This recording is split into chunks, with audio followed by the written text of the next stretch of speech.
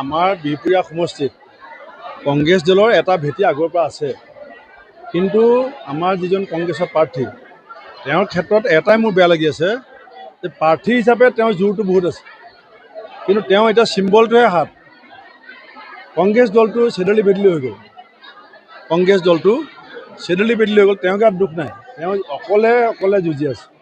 তেওঁৰ লগত যিবিলাক মানুহ থাকিব লাগিছিলে তাৰে আধা মানুহ বিজেপিলৈ গ'ল, আধা মানুহ হতাশ আৰু বিমৰ্ষ হৈ পেলাই পৰিছে।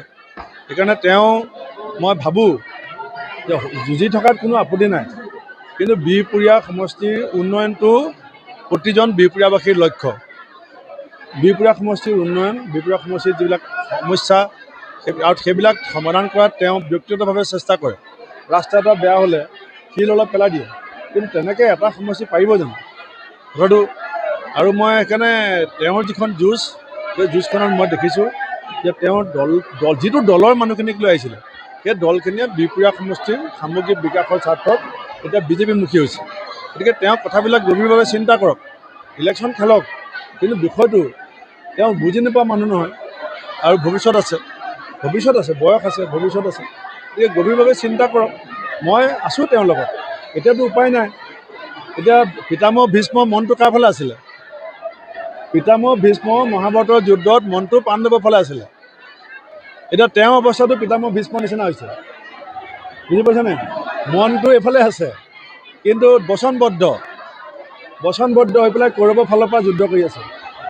নহয়, যুদ্ধটো মই কৈছোঁ যে মহাভাৰতৰ যুদ্ধত অৰ্জুনে অস্ত্ৰ নধৰোঁ বুলি গাণ্ডীপ থৈ দিছিলে, কিন্তু ভগৱান কৃষ্ণই তেওঁক বুজাই পেলাই গাণ্ডীপ ভৰাইছিলে। অৰ্জুনে এইকাৰণেই অস্ত্ৰ থৈছিলে যে সন্মুখত নিজৰ অঙহী বঙহী জ্ঞাতি স্বজন বন্ধু বান্ধৱ পৰিয়াল তেওঁলোকৰ গাত ধনুকাৰ নামাৰোঁ বুলি কৈছিলে। কিন্তু কৃষ্ণই বুজাইছিলে যে এই যুদ্ধখন অঙহী বঙহীৰ মাজত যুদ্ধ নহয়, এখন নীতি আৰু অনীতিৰ মাজত যুদ্ধ। আজি ৰাইজ উপকৃত হৈছে, অসমবাসী উপকৃত হৈছে, অসমৰ নতুন প্ৰজন্ম উপকৃত হৈছে।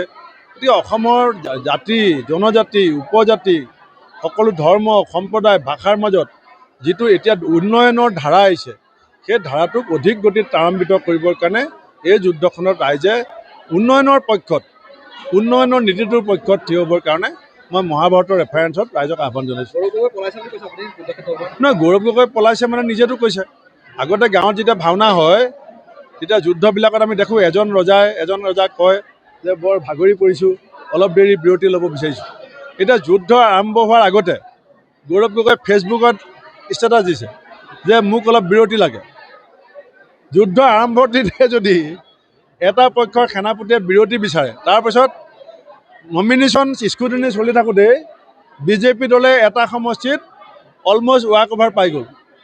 গতিকে এছেম্বলি ইলেকশ্যনত ৱাক অভাৰ এইটো ভাৰতবৰ্ষত নোহোৱা নোপোজা ঘটনা। অৰুণাচলৰ ফালে আগতে হয়, বেলেগ অসমত কেতিয়াও ৱাক অভাৰ ছিষ্টেমটো এছেম্বলিত নাছিলে। গতিকে গৌৰৱ গগৈ মই সেইকাৰণে কৈ আছোঁ যে ল'ৰা ৰজাৰ হাতত যেতিয়া ৰাজত্ব পৰিব, তেতিয়া আহোমৰ 600 বছৰীয়া ৰাজত্বৰ যিটো অধপতন ঘটিছিল, সেই অধপতন এতিয়া কংগ্ৰেছৰ ঘটিব।